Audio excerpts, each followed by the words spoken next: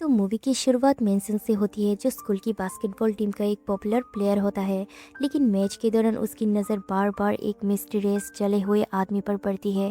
पहले तो उसे लगता है कि शायद ये उसका वहम है, लेकिन उसे बिल्कुल भी अंदाज़ा नहीं होता कि ये उसकी ज़िंदगी का सबसे खौफनाक वार्निंग साइन बनने वाला है।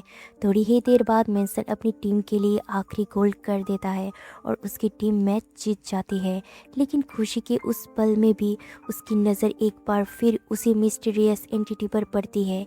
इस बार वो पहले से भी ज़्यादा उसके करीब आ चुका था। ये देखकर मेंसन बुरी तरह घबरा जाता है और वो वहाँ से तुरंत भाग निकलता है। इसके बाद वो लॉकर रूम में पहुँचता है और अपने लॉकर से एक मिस्टीरियस वास निकलता है। गुस्से और डर के बीच वो उस वास को तोड़ देता है और घबराते हुए कहता है, अब तो इसे तोड़ दिया है, अब तो मेरा पीछा छोड़ दो। तभी उसे किसी के चलने की आवाज़ सुनाई देता है। मेंसन और भी ज़्यादा घबरा जाता है, लेकिन कुछ ही देर बाद उसका टीममेट्स वहाँ आ जाते हैं और वो नॉर्मल बिहेव करने की कोशिश करता है ताकि किसी को उसके डर का पता ना चले। सीन कट होते ही मेंसन शावर ले रहा होता है। सब कुछ बिल्कुल नॉर्मल लग रहा था, लेकिन अचानक उसके सामने वही एंटिटी आ जाता है। इस बार वो सीधा मेंसन पर हमला कर देता है। अगले ही पल मेंसन दर्द से चीखने लगता है और उसका पूरा बॉडी आग के लपटों में घिर जाता है। उसकी चिल्लाने की आवाज़ सुनकर बाकी लोग वहां पहुंचते हैं, लेकिन तब तक बहुत देर हो चुकी थी। मेंसन की बॉडी पूरी तरह जल चुका था।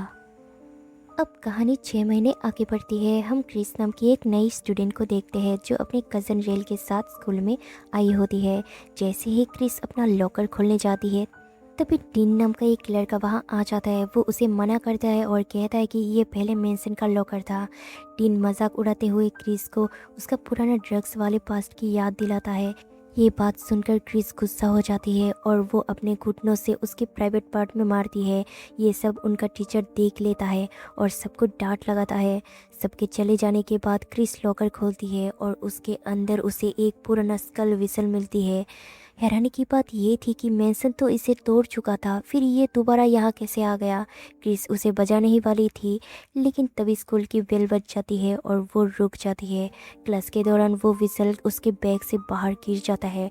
टिन ये देख लेता है और टीचर को बता देता है। टीचर विसल को देखकर हैरान रह जाता है, क्योंकि वो बहुत पुराना और हिस्टोरिक लग रहा था। वो उस पर लिखे हुए कावा पिक्सन का मतलब ढूंढता है। रिसर्च करने पर पता चलता है कि इसका मतलब होता है कॉलिंग डेथ, यानी मौत को बुलाना। टीचर क्रिस से विसल ले लेता है और कहता है कि अगर ये स्कूल के लॉकर से मिला है तो अब ये स्कूल की प्रॉपर्टी है। सब लोग वहाँ से चले जाते हैं, लेकिन टीचर को उस विसल के बारे में जानने की इच्छा और भी ज़्यादा बढ़ जाती है। वो विसल के बारे में और रिसर्च करता है और उसे पता चलता है कि इसकी कीमत हज़ारों डॉलर्स हो सकती है। लालच में आकर वो उस विसल को बजा देता है। उसकी आवाज़ इतनी अजीब और डरावनी होती है कि रूम की खिड़कियों की शीशे तक क्रैक हो जाती है। उधर क्रिस अपने नए दोस्त के साथ होती है। क्रिस सबको बताती है कि वो अपने घर पर एक पार्टी करने वाली है और सबको इनवाइट करती है। इसी बीच रील को याद आता है कि वो क्लास में अपना सामान भूल गया है। जब वो वापस क्लास में जाता है तो टीचर के लैपटॉप पर विसल की कीमत देखकर उसके होश उड़ जाते हैं और वो चुपके से विसल को अपने साथ ले आता है। इस दौरान नोआ नाम का एक लड़का क्रिस के पास आता है। वैसे तो वो खुद को प्रीस्ट बताता है, लेकिन असल में वो स्कूल के बच्चों को ड्रग्स सप्लाई करता है। वो क्रिस को भी ड्रग्स ऑफर करता है, लेकिन क्रिस साफ मना कर देती है। तभी रील वहाँ आ जाता है और नोआ के साथ उसकी थोड़ी बहुत हाथापाई हो जाती है। उसके बाद नोआ वहाँ से चला जाता है। इधर दूसरी तरफ सब लोग ग्रेस के घर पार्टी एंजॉय कर रहे होते हैं। तभी रील अपने पास रखा हुआ वही मिस्टीरियस स्कल विसल निकलता है। ये देखकर सब उसके बारे में बात करने लगते हैं। ग्रेस, जिसने इंटरनेट पे इसके बारे में सर्च किया था, मजाक मजाक में कहती है अगर ये डेथ को बुलाती है तो इसे बजा कर देखते हैं। ये सुनकर ग्रेस को थोड़ा अजीब लगता है और वो मना करती है, लेकिन ग्रेस बिना सोचे समझे विसल बजा देती है। उस विसल की आवाज़ इतनी अजीब और डरावनी होती है कि सब लोग कुछ पल के लिए बेचैन हो जाते हैं, लेकिन फिर सब इसे मजाक समझकर इग्नोर कर देते हैं। उधर टीचर अपने रूम में वापस आता है, लेकिन अचानक उसके सामने खौफनाक एंटिटी खड़ी होती है। वो समझ भी नहीं पाता और एंटिटी उसके पेट के अंदर हाथ डालकर उसके लंग्स पकड़ लेता है। टीचर के मुंह से काला लिक्विड जैसा ब्लड निकलने लगता है।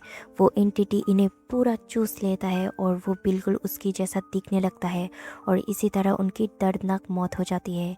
इधर क्रिस घर पर होती है, तभी उसे घर के बाहर पेड़ पर एक क्रीपी फिगर नजर आता है, लेकिन जब वो दोबारा देखती है तो वो गायब हो चुका था। इधर ग्रेस को भी लगने लगता है कि कोई उस पर नज़र रख रहा है। अचानक कोई उसके गाल पर टच करता है। वो मुड़कर देखती है तो उसका छोटा भाई नज़र आता है, लेकिन वो इतना छोटा था कि उसका हाथ ग्रेस के चेहरे तक पहुंच ही नहीं सकता। अगली सुबह स्कूल में सबको पता चलता है कि उनके टीचर की मौत हो चुकी है। बताया जाता है कि उन्हें स्टेज 4 लंग्स कैंसर था, जिस वजह से उनकी डेथ हुई है। असल बात तो कुछ और ही थी। खैर, इसी बीच एली को भी अजीब विजन दिखने लगता है। अब क्रिस और एली को भी लगने लगता है कि ये सब उस विजन से जुड़ा हुआ है, इसलिए वो मैसन के घर जाने का फैसला करते हैं। वहाँ पर मैसन की मॉम उन्हें एक डरावना सच बताती है। वो कहती है कि ये विसल मरे हुए लोगों को नहीं, बल्कि इंसान की अपनी मौत को बुलाती है। जो भी इसकी आवाज़ सुन लेता है उसकी मौत वक्त से पहले आ जाती है और उसका शरीर तेज़ी से उस उम्र तक बूढ़ा होने लगता है जिस उम्र में उसे नेचुरली मरना था। ये बात सुनकर दोनों हैरान हो जाते हैं, लेकिन क्रिस को अभी भी यकीन नहीं होता, इसलिए वो हॉस्पिटल जाकर मैसन की पोस्टमार्टम रिपोर्ट्स चेक करती है। वहाँ लिखा होता है कि मैसन का शरीर एक 40 साल का आदमी जैसा था, लेकिन मैसन का एज तो सिर्फ 17 साल ही था। और यहीं पर इन्हें यकीन हो जाता है कि मैसन की मॉम सच बोल रही थी। अब क्रिस और एली अपने दोस्तों को बचाने के लिए उनके पास भाग कर जाती है, लेकिन तब तक क्रिस एक डार्क मेज के अंदर घुस चुकी होती है। शुरू में तो उसे लगा कि ये एक नॉर्मल फन हाउस है, लेकिन धीरे धीरे एक खौफनाक एंटिटी उसका पीछा करना शुरू कर देती है। क्रेज बचने के लिए इधर उधर भागती है और एविल से लड़ने की भी कोशिश करती है, लेकिन उसका कोई फ़ायदा नहीं होता। वो एक सुरंग के अंदर घुसने की कोशिश करती है, लेकिन एंटिटी ने उसका पैर पकड़ लेती है। किसी तरह बचकर फिनिश लाइन तक पहुंच जाती, लेकिन तभी वो एंटिटी उसके ऊपर आ गिरती है और उसकी पूरी लाइफ फोर्स चूसने लगती है। कुछ ही सेकंड्स में ग्रेस का शरीर तेज़ी से बूढ़ा होने लगता है और उसकी वही बुरी मौत हो जाती है। डीन जब उसे देखता है तो उसे यकीन ही नहीं होता कि ये ग्रेस है। अब क्रिस और एली सबको समझाती है कि ये कर्स सच है, लेकिन डैन उनकी बातों पर यकीन नहीं करता। इसी बीच रेल को भी अजीब विजन दिखने लगता है और सबको समझ आ जाता है कि अब मौत एक एक करके सबके पास आ रहे हैं। अगले दिन क्रिस दोबारा मैंसन की मॉम के पास जाती है। इस बार वो अपनी आखिरी सांस ले रही थी। वो क्रिस को बताती है कि मौत को रोका नहीं जा सकता, लेकिन इसे किसी और इंसान को ट्रांसफ़र किया जा सकता है। ये सुनकर क्रिस थोड़ा घबरा जाती है और कुछ ही देर बाद उस औरत का डेथ हो जाती है। उधर डीन टीवी पर ग्रेस की मौत का खबर देखकर डर जाता है। तभी उसके बचने की पूरी कोशिश करता है, लेकिन एंटिटी उसकी बॉडी के आर पार हाथ निकाल देते हैं और उसकी वही बुरी मौत हो जाती है। डीन का मौत ऐसा इसलिए हुआ क्योंकि वो एक्सीडेंट करके मरा था, मतलब जो जैसे मरने वाला था वो ऐसे ही मरता है। अब रेल खुद को बचाने के लिए नोआ को कर्स ट्रांसफ़र करने का प्लान बनाता है और वो उसको बेहोश करके उसे वही जगह ले आता है जहाँ पर रेल मरने वाला है। वो उसको कर्स करने के लिए रेल अपना ब्लड नोआ को टच कराने वाला था, लेकिन तभी क्रिस और एली वहाँ पहुँच जाते हैं और ऐसा करने को मना करती है। उन्हें लगा कोई और तरीके से इसका हल निकाला जा सकता है, लेकिन अब रेल का वक्त ख़त्म हो चुका था। अचानक उसका पूरा बॉडी टेढ़ा मेढ़ा मुड़ने लगता है। धीरे धीरे उसका बॉडी ग्राइंड होने लग और एकदम से फट जाता है। सिर्फ क्रिस और एली ही बची थी। दोनों मौत को धोखा देने का एक डेंजरस प्लान बनाती है।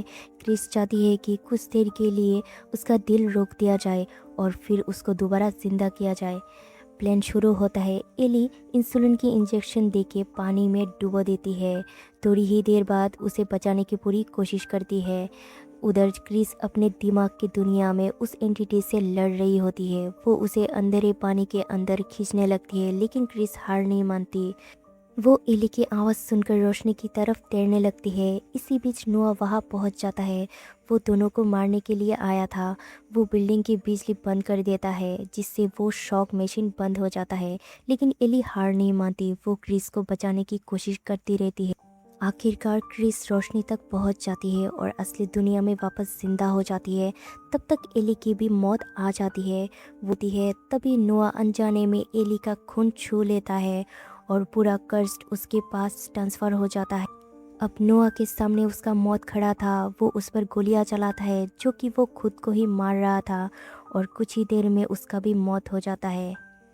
सीन कट होकर कुछ मंथ बाद वाला सीन को देखते हैं। क्रिस और एली अब नॉर्मल ज़िंदगी जी रही होती है, लेकिन एक दिन एक नई लड़की को भी वही लॉकर मिलती है। उसके अंदर से वही कर्स्ड व्हिसल मिलता है।